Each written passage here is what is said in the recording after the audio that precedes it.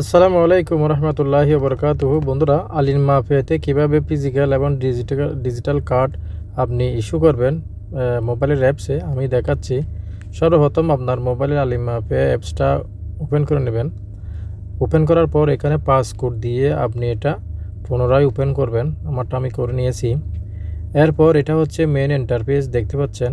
আমি যদি আপনাদেরকে দেখাই, আপনি আপনার নিজ দেশে এবং অন্যান্য দেশে টাকা পাঠাতে পারবেন, যেমন ইন্ডিয়া, পাকিস্তান, বাংলাদেশ, নেপাল, এরকম যেগুলা অন্তর্ভুক্ত আছে এগুলাতে আপনি টাকা পাঠাতে পারবেন।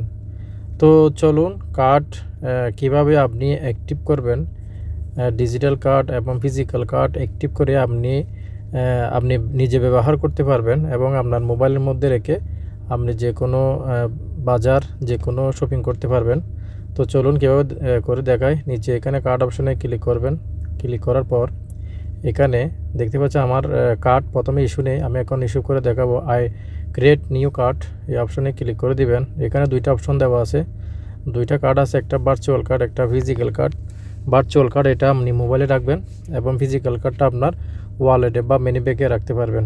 তো নিচে নেক্সট অপশনে ক্লিক করে দিবেন। ক্লিক করার পর এখানে ইস্যু এ নিউ কার্ড অপশনে এগেন ক্লিক করবেন।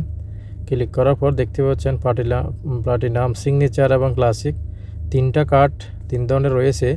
এগুলা বাৎসরিক টাকা পেমেন্ট করতে হয় সম্ভবত প্লাটিনামে, আর সিগনেচার, ক্লাসিক এগুলা করতে হয় না।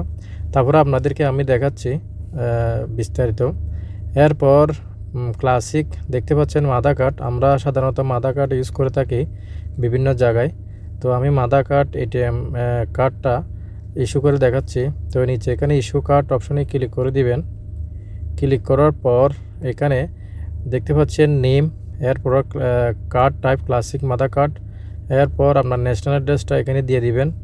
এরপর এগ্রিতে ক্লিক করে এখানে দেখতে পাচ্ছেন ফিস 34 টাকা 50 পয়সা। এই কার্ডটা ইস্যু করতে হলে 34 টাকা 50 পয়সা আপনার ব্যালেন্স থেকে কাটবে। তো আমার যেহেতু ব্যালেন্স নেই, আমি এটা আপাতত গ্যাপ রাখতেছি। পরে টাকা আসলে আমি এই কার্ডটা ইস্যু করে রাখবো। এরপরে ভার্চুয়াল কার্ডটা কীভাবে ইস্যু করবেন আমি দেখাচ্ছি। তো আমি আবার আপনাদেরকে ভার্চুয়াল কার্ডটা ইস্যু কেমনে করবেন আমি এটা দেখাচ্ছি। ভার্চুয়াল কার্ডটা আমি সিলেক্ট করলাম। সিলেক্ট করার পর এখানে নিচে নেক্সটে ক্লিক করলাম। ক্লিক করার পর তো এটা ডিটেলস আসবে, দেখতে পাচ্ছেন free platinum plus cashback card. এই কার্ড আপনি ইউজ করলে আপনি ক্যাশব্যাক পাবেন।